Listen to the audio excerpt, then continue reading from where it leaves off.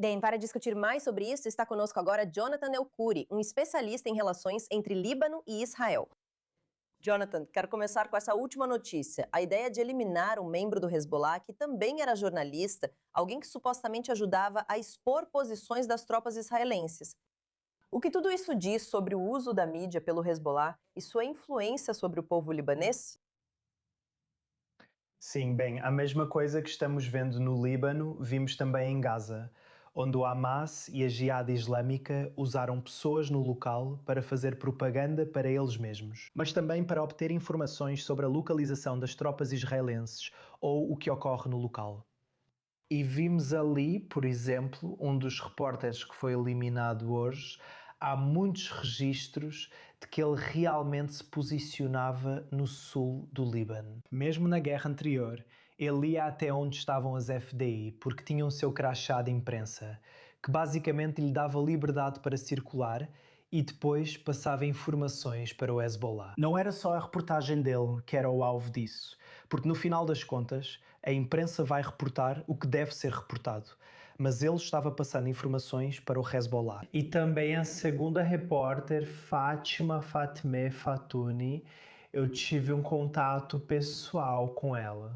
Em 2022, naquela época, ela era uma das porta-vozes das campanhas do Hezbollah, basicamente mirando as comunidades do Exército do Sul do Líbano que vivem aqui em Israel, das quais eu faço parte. Ela publicou minha foto.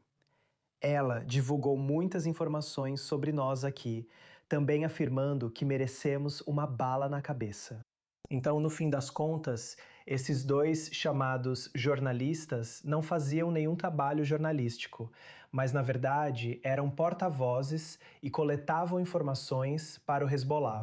Jonathan, conforme as FDI continuam suas operações no sul do Líbano, estamos ouvindo cada vez mais falar sobre uma zona de segurança ao sul do Iulitani. Mas o que seria uma zona de segurança na teoria? Trata-se de uma zona desmilitarizada, controle israelense, soldados em solo? Afinal, sobre o que estamos falando?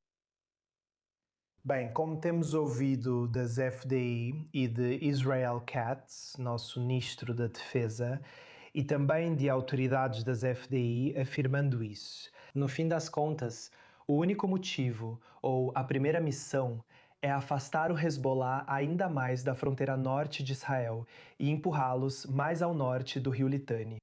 É por isso que as FDI têm atacado algumas das pontes no sul do Líbano para impedir que o Hezbollah mobilize suas unidades ou seu maquinário pesado em direção ao sul do Líbano para atacar cidadãos israelenses. Esse é o objetivo principal, afinal, das FDI. E como Islam al-Qat disse, eles afirmaram que sua intenção no sul do Líbano é permanecer lá até o desarmamento do Hezbollah. No fim das contas, esse é o principal objetivo que todos buscam.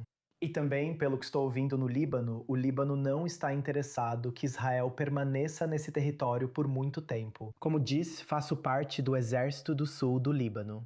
Eu conheço a história desse território, onde as forças de defesa de Israel ficaram por 18 anos, de 1982 até maio de 2000. No início, eles entraram devido ao massacre da OLP contra sul-libaneses e ataques às comunidades da fronteira norte de Israel. Depois, o Hezbollah foi criado e também passou a agir contra Israel e suas tropas. Então Israel permaneceu lá para impedir que eles se aproximassem da fronteira. E estamos vendo o que aconteceu nos últimos anos, quando o Hezbollah usou essas posições para atacar especificamente civis israelenses na fronteira norte de Israel e mais tarde até aqui, em direção a Tel Aviv, Haifa e outras grandes cidades. E no final das contas, acho que deveria haver uma coalizão de forças para lidar com o Hezbollah. E acho que Israel deveria, junto com a operação militar. Isso é muito necessário, mas também é importante acolher ou responder à mão estendida pelo governo libanês. Na minha opinião, e na de muitos outros, é isso. Este é o primeiro governo independente e soberano a existir no Líbano desde os anos 70. E as intenções deles também são desarmar o Hezbollah, porque no fim das contas o Hezbollah está arrastando o Líbano para guerras. Isso não tem nada a ver com qualquer causa libanesa. Jonathan, você disse que integra o Exército do Sul do Líbano e que há uma grande população de cristãos libaneses que foi expulsa do sul do Líbano pelo Hezbollah e que hoje vive em Israel. Você é um exemplo disso. Se Israel criasse uma zona de segurança no sul do Líbano, você acredita que libaneses atualmente em Israel pensariam em retornar? Como vê o futuro? Essa ideia está em debate? Bem, sim, bem, nós sempre falamos disso e no dia em que tivermos paz com o Líbano, essa é uma questão com a qual temos lidado muito. Será que ficaríamos em Israel ou voltaríamos ao Líbano? O Líbano é minha terra natal e sempre será. Quero visitá-lo e vê-lo, mas no fim, sou israelense e estou feliz aqui. Estou feliz por ter uma democracia que me protege. E estamos vendo tudo o que tem sido feito aos cidadãos israelenses. E nos últimos 10 anos, tenho dedicado minha vida basicamente a ir proteger Israel e defender Israel no cenário internacional, na diplomacia pública.